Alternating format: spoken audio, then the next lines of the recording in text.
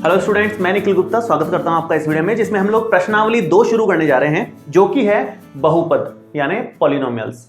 ये बहुपद आपके एक्चुअली 6th क्लास से आप लोग पढ़ते आए हो थोड़ा थोड़ा करके। जो 6th क्लास में बीजगणित आपने पढ़ा था उसी का एक हिस्सा चल रहा है अब अपने। तो 6th क्लास में आपने पढ़ा था बीजगणित, एक चैप्टर ये था। 7th क्लास में उससे रिलेटेड चैप्टर आया था, फिर सरल समीकरण आप बनाना सीखे थे। 8th क्लास में फिर एक चर वाले रैखिक समीकरण आप बनाना सीखे थे। और 9th में उसके बाद आ गया था बहुपद। 9th में भी चैप्टर का नाम बहुपद ही था और 10th में भी चैप्टर का नाम बहुपद ही है। दोनों में नाम सेम ही है 9th और 10th में। तो 9th की बहुत सारी चीजें हमें यहां पर यूज आएगी। 9th क्लास में हम जहां तक पढ़ के निकले थे उसके बाद का बहुत सारा पोर्शन हम पढ़ने वाले हैं। तो जितना हम पढ़ के निकले हैं वो सभी हमें थोड़ा थोड़ा याद होना चाहिए, तब जाकर के हम और कुछ नया पढ़ने की स्थिति में होंगे। तो थोड़ा बहुत मैं आपको रिवाइज करवा देता हूं 9th क्लास का जो था 5-7 मिनट में। उसके बाद फिर हम 10th क्लास का चैप्टर पूरा कंटिन्यू कर लेंगे, ठीक है। तो जो भी चैप्टर्स पुराने कंटिन्यूअस में चल रहे हैं ना 9th क्लास से या 8th क्लास से, उनका थोड़ा बहुत नॉलेज हमें होना जरूरी है। इसलिए हर बार मैं चैप्टर के स्टार्टिंग में पुराना आपको थोड़ा सा बताऊंगा ही। तो अभी स्टार्ट करते हैं कि भाई बहुपद होते क्या हैं, ये तो समझ में आए पहले, फिर हम आगे बढ़ेंगे उसमें, है ना। तो बहुपद क्या है, देखो, ऐसे बीजीय व्यंजक, एल्जेब्रिक एक्सप्रेशंस बोलते हैं बीजीय व्यंजक को, ऐसे बीजीय व्यंजक जिसमें चरों के घातांक सदैव पूर्ण संख्या रहे उसे बहुपद बोलते हैं। बीजीय व्यंजक किसको बोलते हैं? ये सभी बीजीय व्यंजक हैं जो x के फॉर्मेट में, मतलब वेरिएबल में, x में, y में, z में, कोई भी वेरिएबल, कोई भी चर आप ले लो, उसके फॉर्मेट में जो लिखे रहते हैं ना, प्लस माइनस करके, मल्टीप्लाई में, इस तरह की चीजें जो भी लिखी रहती है वो सभी बीजीय व्यंजक होती हैं। लेकिन बीजीय व्यंजक तो है ही है, लेकिन इनमें से कौन कौन से बीजीय व्यंजक बहुपद माने जाएंगे वो हमें देखना है। तो कौन से बीजीय व्यंजक बहुपद माने जाते हैं? जिसमें चरों के जो घातांक है वो सदैव पूर्ण संख्या रहे। चरों के घातांक मतलब चर जो हैं, इसमें चर क्या है? x है, इसमें दो चर हैं x और y, एक ही चर है x, इसमें एक ही चर है x, इसमें भी एक ही चर है x, और इसमें दो चर हैं x और y। तो जो भी चर हों, एक है तो एक को ध्यान से देखो, दो चर हैं तो दोनों को ध्यान से देखो, और उनकी जो घातें हैं वो चेक करो कि पूर्ण संख्याएं हैं कि नहीं है। पूर्ण संख्याएं मतलब 0, 1, 2, 3, 4, 5, 6, 7, 8, ना तो माइनस में आनी चाहिए ना पॉइंट्स में आनी चाहिए या बटे में आनी चाहिए, जैसे 1/2, 3/2, 5/7, इस तरह से नहीं आनी चाहिए। तो सीधी सीधी संख्या होनी चाहिए। जैसे x की घात 3 है, चर कहां है? x है, दोनों की घातें 3 और 1, मतलब सब कुछ सही चल रहा है। इसका मतलब ये एक बहुपद है। यहां चर कौन कौन से हैं? x है, y है, दोनों की घातें देखें, एक आ रही है, इसकी दो आ रही है, मतलब पूर्ण संख्याएं हैं, कोई दिक्कत नहीं है। यहां चर कौन सा है? सिर्फ एक ही है, x, घातें एक दिख रहा है, पूर्ण संख्या है, कोई दिक्कत नहीं है। चर की घात चेक करनी है। यहां पर चर पूरा का पूरा नीचे चला गया, ऊपर आएगा तो घात ऋणात्मक ही आएगी। जब भी डिवाइड में अगर चर आ जाए तो वो तो बहुपद होगा ही नहीं, नीचे तो कभी आना ही नहीं चाहिए चर। कोई भी वेरिएबल आपका डिवाइड में नहीं होना चाहिए, ऊपर ही होना चाहिए, तभी माना जाएगा वो। डिवाइड में जाने से ऊपर लाते टाइम उसकी पावर नेगेटिव हो जाती है, ठीक है। यहां की बात करें, यहां चर कौन सा है? यहां है x। x की घात कितनी दिख रही है? x की घात दिख रही है 1/2। 1/2 पूर्ण संख्या नहीं है, इसका मतलब ये भी बहुपद नहीं माना जाएगा। उसके बाद अगर बात करें इसकी, तो यहां पर दो चर हैं, एक तो x है यहां और यहां लिखा हुआ है, और एक y है। दोनों की अगर आप घातों को ध्यान से देखो तो सभी की घातें पूर्ण संख्याएं दिख रही हैं, कहीं कोई दिक्कत नहीं है। इसका मतलब ये एक बहुपद है। यहां तक हमें बहुपद पहचानना आ गया कि हमें सिर्फ चर देखने हैं कौन कौन से हैं, और उन चरों की घातें चेक करनी है कि पूर्ण संख्याएं हैं कि नहीं है। अगर चरों की घातें पूर्ण संख्याएं हैं तो वो बहुपद है। अब बहुपद में दो बातें विशेष ध्यान देने की होती है। एक तो होती है चरों की संख्या कितनी है भाई बहुपद में, एक चर है कि एक से ज्यादा चर हैं। दूसरा, बहुपद की घात क्या होती है। तो चरों की संख्या तो मेरे ख्याल से समझ में आ गई होगी आपको, जो x में या y में इस तरह से समीकरण या बहुपद होते हैं तो वो चर ही होते हैं, मतलब उसके।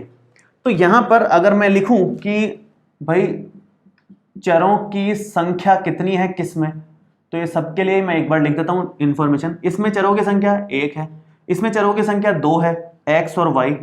इसमें चरों की संख्या 1 है, इसकी तो बात ही नहीं करनी दोनों की। इसमें चरों की संख्या 2 है, x और y, ठीक है। अब बात करें, दो से ज्यादा भी हो सकती है, जरूरी नहीं है x और y हो, z भी आ जाए, a भी आ जाए, b भी आ जाए, कोई भी आ सकता है। और बहुत सारे हो सकते हैं चर भी। बहुपद की घात की बात करते हैं। बहुपद की घात किसको बोलते हैं? जो चर हैं, चरों की अधिकतम घात जितनी आपको दिख रही है ना, अधिकतम घात, उसी को डिग्री कहते हैं या बहुपद की घात बोलते हैं। अधिकतम घात चाहिए हमें, जो भी चर हैं जितने भी हैं उन सब की मिलाकर के अधिकतम कौन सी दिख रही है। जैसे यहां पर x है, केवल एक ही चर है, अधिकतम घात कितनी दिख रही है? इधर तो 1 दिख रही है, इधर 3 दिख रही है, तो यहां पर घात या कह लो डिग्री जो हो गई इस पॉलिनोमियल की, इस बहुपद की, वो होगी 3। 3 घात का समीकरण है ये 2 घात का समीकरण है, क्योंकि 2 घात अधिकतम दिख रही है, इसकी तो घात 1 है, वो तो कम है, कम को नहीं देना। ज्यादा से ज्यादा कितनी घात दिख रही है वो उसकी डिग्री हो जाएगी, वो उसकी घात हो जाएगी बहुपद की। तो 2 घात का समीकरण है, ये 1 घात का समीकरण है क्योंकि x की घात 1 दिख रही है। और यहां अगर बात करें, हालांकि इस तरह के हमारे सिलेबस में नहीं है, जो मिक्स है ना x और y वाले मिक्स वाले, वो हमारे सिलेबस में नहीं है अभी, लेकिन मैं ऐसे ही आपको इंफॉर्मेशन के हिसाब से बता रहा हूं कि अगर इस तरह का भी केस आए और उसमें 2 वेरिएबल्स इस तरह से दिख रहे हो, 2 चर अगर एक साथ मल्टीप्लाई में हैं तो घातें जुड़ जाएंगी, 3 और 2 5 घात का समीकरण माना जाएगा। तो बहुत ज्यादा टेंशन नहीं लेनी इसकी, ये अपने है नहीं, मैंने तो यूं ही बता दिया आपको। मेन अपने इस तरह के क्वेश्चंस आएंगे जो एक चर हैं, ये वाला एक चर हैं और घात उसकी 2 या 3 है या 1 है, इस तरह के हमारे क्वेश्चंस आएंगे। तो हमारे क्वेश्चंस आएंगे सिंपल x में ही आएंगे, या सारा का सारा y में ही रहेगा, या सारा का सारा z में ही रहेगा, मतलब एक चर वाले क्वेश्चंस हैं पूरे के पूरे चैप्टर में ही। घातें जरूर किसी की 1 हो सकती है, किसी की 2 हो सकती है, किसी की 3 घात तक के समीकरण हमारे सिलेबस में है। तो हम स्टार्ट करने जा रहे हैं कि 3 घात तक के बहुपदों को बोलते क्या है, नाम क्या है उनका, है ना। तो मैं एक बार इसको हटा देता हूं, यहाँ छोटा सा एक इंफॉर्मेशन है वो लिख देता हूं, फिर हम आगे बढ़ते हैं। देखिए जितना 9th का हमारे काम का था वो सब हमने अभी देखा है, ये 3 पॉइंट्स और हमारे काम के हैं जो 9th क्लास में पढ़ लिए थे आपने। उसमें से एक है कि 3 तरह के बहुपद हमारे सिलेबस में रहेंगे अभी। एक तो रैखिक बहुपद, जिसको बोलते हैं लीनियर पॉलिनोमियल। रैखिक का मतलब होता है जिसकी जो घात है बहुपद की वो घात 1 हो जाए, तो उसको रैखिक बहुपद बोलते हैं। द्विघात बहुपद, नाम से ही हो रहा है द्विघात, मतलब 2 घातें हो जिस बहुपद में, उसको द्विघात बहुपद या फिर क्वाड्रेटिक पॉलिनोमियल बोलते हैं। तीसरा त्रिघात बहुपद, नाम से समझ में आ रहा है त्रिघात। त्रिघात का मतलब 3 घातें होंगी, तो मैं यहां लिख देता हूं कि घात जिसकी 3 है वो त्रिघात समीकरण या कह लो क्यूबिक पॉलिनोमियल होता है। एग्जाम्पल, जैसे मान लो ये घात इसकी 3 थी, इसकी 3 घात है, तो ये त्रिघात समीकरण हो गया, त्रिघात पॉलिनोमियल हो गया, त्रिघात बहुपद हो गया, ठीक है। अब इसकी घात 1 है, इसकी 1 घात है, इसका मतलब ये रैखिक हो गया, ये रैखिक हो गया। और इसकी 2 घातें हैं, इसका मतलब ये द्विघात बहुपद या फिर क्वाड्रेटिक हो गया, द्विघात बहुपद या फिर क्वाड्रेटिक हो गया। तो जिसकी घात 1 वो रैखिक, जिसकी घात 2 वो द्विघात, और जिसकी घात 3 वो त्रिघात बहुपद माना जाता है। ये हमारे 3 तरह के बहुपद सिलेबस में हैं। आगे हम लोग इन्हीं को डिटेल में पढ़ेंगे। अब यहां पर 1-2 एग्जांपल्स मैं और दे देता हूं। जैसे रैखिक बहुपद हैं तो इसके 1-2 एग्जांपल, जैसे 7z + 5, ये z में कोई रैखिक बहुपद है, z की घात 1 है। मान लो a चर दे रखा हो आपको 3a - 2, ये भी रैखिक है a में। तो इस तरह के जितने भी होंगे वो रैखिक होंगे। या केवल लिखा हो x, सिर्फ x ही लिखा है, प्लस में कुछ नहीं लगाया, तो भी रैखिक है, क्योंकि इसमें x की घात 1 दिख रही है अपने को। रैखिक का मतलब है जो चर आपको दिख रहा है उसकी घात मैक्सिमम 1 होनी चाहिए, उसके अलावा उससे कोई मतलब नहीं है। और ऐसे ही द्विघात की बात करें तो 3x² + 5, ये 2 घात का है। या फिर z² केवल लिखा हो, सिंगल z² ही, आजू बाजू कुछ नहीं लिखा हो, तो भी द्विघात का बहुपद है z में, क्योंकि z इसमें चर है और उसकी अधिकतम घात हमें 2 दिख रही है, इसका मतलब ये द्विघात का हो गया। तो इस तरह से मतलब ढेरों बना सकते हैं अपन, त्रिघात वाले भी ढेरों बना सकते हैं। जैसे x³ - 2x² + 4x + 5, इस तरह से बन जाए। या फिर y की घात 3 + 9, ये भी एक हो गया। जिसमें भी चर आपको दिख रहा है उसकी अधिकतम घात अगर 3 है तो वो त्रिघात बहुपद हो जाएगा। तो इस तरह से मतलब बेसिक आइडिया है ये बहुपदों का। अब हम लोग स्टार्ट करते हैं कि हमारी 2.1 प्रश्नावली में क्या है। वो भी शुरू करने से पहले एक छोटी सी बात और, कि आपने जितने भी बहुपद सीखे थे, तीनों तरह के बहुपद आपने 9th क्लास में सीखे थे, और इन तीनों बहुपदों में क्या सीखा था आपको याद है? हमने इनके शून्यांक निकालने सीखे थे। शून्यांक का मतलब होता है जीरोज, इंग्लिश में जीरोज बोलते हैं इनको। हमने इन सभी बहुपदों के शून्यांक निकालने सीखे थे। शून्यांक का मतलब होता है जहां पर वो बहुपद जीरो बन रहा है उसी को उसका शून्यांक बोलते हैं। जैसे अगर मैं इसकी बात करूं 7z + 5, या फिर मैं इधर ये भी एक रैखिक आया था, इसकी बात करूं तो 1 - 2x का शून्यांक कैसे निकालेंगे? इसका शून्यांक निकालने के लिए इसको शून्य के बराबर करो और जो x का मान आए वो ही उसका शून्यांक माना जाएगा। तो इस बहुपद का शून्यांक अगर कुछ पूछे आपको तो शून्यांक क्या है इसका? 1/2। शून्यांक मतलब ऐसा x का मान जिसको बहुपद में रखने पर वो शून्य के बराबर हो जाए। अगर आप x का मान यहां 1/2 रखोगे तो 2 से 2 कट के 1 - 1 0 हो जाएगा, शून्य के बराबर हो जाएगा। तो ऐसे ही शून्यांक हमने इसके तो सीखे ही थे, साथ में द्विघात बहुपद और त्रिघात बहुपद के भी सीखे थे 9th में। ये द्विघात बहुपद में 2-3 मेथड होते हैं, त्रिघात में भी एक मेथड होता है, तो वो सभी हमारे काम आएंगे। वो हालांकि 2.2 प्रश्नावली में काम आएंगे, 2.1 में उनका यूज नहीं है। अब 2.1 में पहले बता रहा हूं आपको, अब इनके शून्यांक निकालने का जो प्रोसेस है वो 2.2 प्रश्नावली में हमारे काम आएगा। 2.1 में अभी काम का नहीं है, तो मैं पहले जो 2.1 प्रश्नावली है वो शुरू करने जा रहा हूं, फिर 2.2 पढ़ाते समय मैं आपको पुराना 9th क्लास में जो इसके शून्यांक निकालने का तरीका था वो भी एक बार रिवाइज करवा दूंगा। चलिए 2.1 का अब परिचय शुरू करते हैं। देखिए अब हम 2.1 प्रश्नावली में पढ़ने वाले हैं कि जो शून्यांक आप बहुपदों के निकालते हो उनका ज्यामितीय अर्थ क्या होता है। ज्यामितीय अर्थ का मतलब यह है कि अगर हम उसको ग्राफ में देखें तो किस तरह का हमें दिखेगा, या क्या हम कंक्लूजन निकाल पाएंगे कि ये इस बहुपद के शून्यांक हैं तो ये इस जगह है ग्राफ में, है ना। ये सब हम मतलब डिस्कस करने वाले हैं। अब ये मैंने रैखिक यहां पर लिए हैं दो मैंने द्विघात वाले लिए हैं यहां पर, और 2 मैंने त्रिघात वाले लिए हैं, और सभी के शून्यांक मैंने लिख दिए हैं यहां पर। आपने 9th क्लास में निकालना सीखा है, अगर नहीं भी सीखा है या आप भूल गए हो तो मैं अगली प्रश्नावली में आपको सिखाऊंगा कि शून्यांक कैसे निकालते हैं। वापस से एक बार रिवाइज करवा दूंगा 5-10 मिनट, है ना। यहां पर फिलहाल मान लो कि शून्यांक आपको पता है, इसका शून्यांक है 2, इसका शून्यांक है 1, इसके 2 शून्यांक आएंगे 2 और 3, इसके भी 2 शून्यांक आएंगे -3 और 2।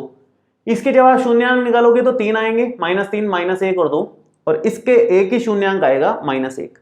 ठीक है, ये जब आप कैलकुलेट करोगे तो आपको समझ में आएगी बात कि कैसे आ रहे हैं। अब बात ये है कि ये इसके ग्राफ तो आपने निकाले भी थे, आपने 9th क्लास में सीखे हैं इसके ग्राफ निकालना। ये एक सरल रेखा होती है, आपने ऐसे निकालना सीखा था ना कि यहाँ पर आप x का मान लेते थे, फिर y का लेते थे, 2 पॉइंट्स ले लेते थे और उससे ग्राफ बनाते थे। तो वैसे ही ग्राफ बनाया हुआ है ये सरल रेखा है, ये सरल रेखा है। दोनों के दोनों जो रैखिक होते हैं उनके ग्राफ हमेशा सरल रेखा आती है, जो द्विघात होते हैं वो परवलयाकार होते हैं, यूं हो सकता है इसका उल्टा होता है, यूं इस तरह से बनते हैं।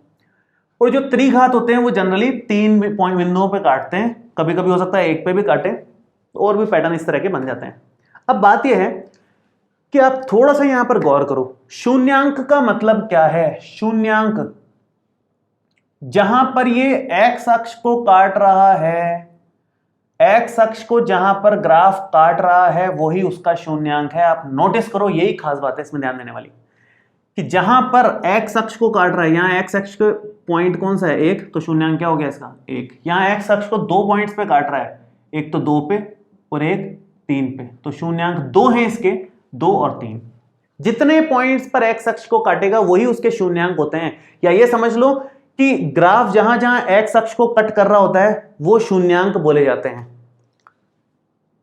ये शून्यांक है क्योंकि 2 पे कट हो रहा है, और किस पे कट हो रहा है, -3 पे कट हो रहा है, तो -3 और 2 शून्यांक हो गए। यहां पर ग्राफ 3 पॉइंट्स पे कट हो रहा है, एक तो -3 पे, एक -1 पे और एक 2 पे, तो -3, -1 और 2। ये केवल एक पॉइंट पर ग्राफ एक्स अक्ष पे कट हो रहा है तो वो -1। तो शून्यांक का मतलब क्या है कि जब हम किसी पॉलिनोमियल या कह लो बहुपद का ग्राफ बनाएंगे, बहुपद हमारा सिर्फ इस तरफ का है, उस तरफ का नहीं है, ये तो समीकरण हो गई, बहुपद केवल इतना है, लेकिन ग्राफ बनाते समय उसको y के बराबर मानते हुए ग्राफ बनाया जाता है। बहुपद केवल इतना ही है लेकिन y के बराबर माना हुआ है। ऐसे ही यहां बहुपद केवल इतना ही है, यहां बहुपद केवल इतना ही है, यहां बोले तो इतना है बहुपद और ये है बहुपद। वो तो y के बराबर हम लेकर के ग्राफ बनाते हैं उसका, और जब ग्राफ बनाते हैं तो x एक्सिस को जितने बिंदुओं पर काट रहा है उतने ही उसके शून्यांक हो जाते हैं। तो क्या लिखोगे आप? अगर एक लाइन में लिखना हो, हमारे 2.1 में ये लाइन बड़ी काम आएगी, तो मैं यहां लिख देता हूं। देखो क्या लाइन है, तो आप यहां लिख सकते हो कि भाई बहुपद का ग्राफ x अक्ष को जितने बिंदुओं पर काटता है या स्पर्श करता है, टच भी करे तो भी चलेगा। स्पर्श करने का मतलब है जैसे मान लो ऐसा आ जाता ग्राफ पैराबोलॉइड, लेकिन ये टच करते हुए जा रहा है तो भी उसको जीरो ही माना जाएगा, उसको शून्यांक ही माना जाता है। तो बहुपद का ग्राफ x अक्ष को जितने बिंदुओं पर काटता है या स्पर्श करता है उतने ही बहुपद के शून्यांक होते हैं, और जहां काट रहा है वो मान उसका शून्यांक माना जाता है। ठीक है, और कितनी बार काट रहा है उतने टोटल शून्यांक हो जाएंगे। ये हमें काम की लाइन मिल गई एक। अब ये 2.1 में हमारे बड़े काम आएगी। देखो 2.1 में क्वेश्चंस किस तरह के हैं, तुरंत हो जाएंगे, 5 मिनट भी नहीं लगेगी, पूरा एक्सरसाइज खत्म हो जाएगी आपकी। देखो ये मैंने प्रश्नावली 2.1 का क्वेश्चन लिख दिया है, एक ही प्रश्न है उसमें, और उसमें 6 पार्ट दिए हुए हैं, बहुत आसानी से हम इसको सॉल्व कर लेंगे। उससे पहले मैं बता दूं आपको कि अभी हमने जो 6 इससे पहले 6 जो ग्राफ देखे थे, वो 6 ग्राफ बनाने का तरीका हमारे सिलेबस में नहीं है, तो उसकी आप टेंशन ना लें। मैंने केवल समझाने के लिए वो ग्राफ बने बनाए आपके सामने लिख दिए थे कि ग्राफ अगर बने बनाए हैं तो कैसे पहचाने कि शून्यांक कितने हैं और कौन कौन से हैं। वो ग्राफ देख के कैसे पहचानना है, तो कैसे पहचानना है, सिर्फ x अक्ष पे कहां कहां वो काट रहा है ये देख लो, या स्पर्श कर रहा है वो देख लो, वही उसके शून्यांक हो जाते हैं। तो हमें क्या पूछा गया है, देखो किसी बहुपद px के लिए y बराबर px का ग्राफ नीचे दिया गया है। बहुपद px इसलिए बोला है क्योंकि बहुपद को px से हम शो करते हैं। जैसे हमने एक ग्राफ देखा था y बराबर 2x-4, ग्राफ बनाने के लिए हम इसको y लिख देते थे, ये एक्चुअल में होता px है, px बराबर 2x-4। तो px का मतलब है पॉलिनोमियल की बात चल रही है, बहुपद की बात चल रही है, और x का मतलब है कि x में बहुपद है। वो यहां पर जो चर है वो x है, यहां y आ जाएगा तो इसका मतलब चर y हो जाएगा। इस तरह से होता है वो। तो हमें क्या बताना है, प्रत्येक स्थिति में px के शून्यांकों की संख्या बतानी है और कुछ नहीं करना। तो शून्यांकों की संख्या का मतलब है जहां जहां x अक्ष को कट रहा है वो शून्यांक है। ये ग्राफ, ये लाइन है, लेकिन x अक्ष को एक भी बिंदु पर काट नहीं रही, तो इसमें कोई शून्यांक नहीं है, इसका कोई शून्यांक नहीं माना जाएगा पहले वाले में। दूसरे वाले की बात करें तो ये एक बिंदु पे काट रहा है, तो इसका कितने शून्यांक आएंगे, इसके एक शून्यांक आएगा, टोटल एक शून्यांक इसका मिलेगा हमें। तीसरे वाले में कितने शून्यांक मिल रहे हैं, 1 2 3, हमें 3 शून्यांक मिल रहे हैं इसके। चौथे वाले की बात करें, कितने बिंदुओं पर काट रहा है x अक्ष को, 1 और 2, तो इसके 2 शून्यांक हमें मिल रहे हैं। ये कितने बिंदुओं पर काट रहा है, 1 2 3 4, तो इसके 4 शून्यांक हमें मिल रहे हैं टोटल। और इस बहुपद में ध्यान से देखो तो एक तो यहां काट रहा है, यहां स्पर्श कर रहा है, स्पर्श वाला भी लेना है, ये भी स्पर्श कर रहा है वो भी लेना है। सिर्फ x अक्ष का लेना है, ये बात ध्यान रखें आप, ऐसा नहीं कि y अक्ष वाले भी ले लें आप, y वाले नहीं लेने हैं, y वालों से कोई मतलब नहीं है। सिर्फ x अक्ष को जहां जहां काट रहा है वो शून्यांक होंगे, तो इसके 3 शून्यांक मिले हमें कुल। तो हमें यही बताना था कि कुल कितने शून्यांक है किस परिस्थिति में। तो हर परिस्थिति में हमने शून्यांक देख लिए कि जितने बिंदुओं पर x अक्ष को काट रहा है उतने शून्यांक होंगे, बस इतना सा कंसेप्ट था। तो ये हमारी 2.1 पूरी तरीके से कंप्लीट हो गई है। अब प्रश्नावली 2.2 शुरू करेंगे हम अगले वीडियो से। इस वीडियो में आपको कोई भी डाउट हो तो आप नीचे कमेंट बॉक्स में लिख सकते हैं, और ये वीडियो कैसा लगा ये भी कमेंट करके जरूर बताएं। तो मिलते हैं आपसे अगली वीडियो में। Thank you so much.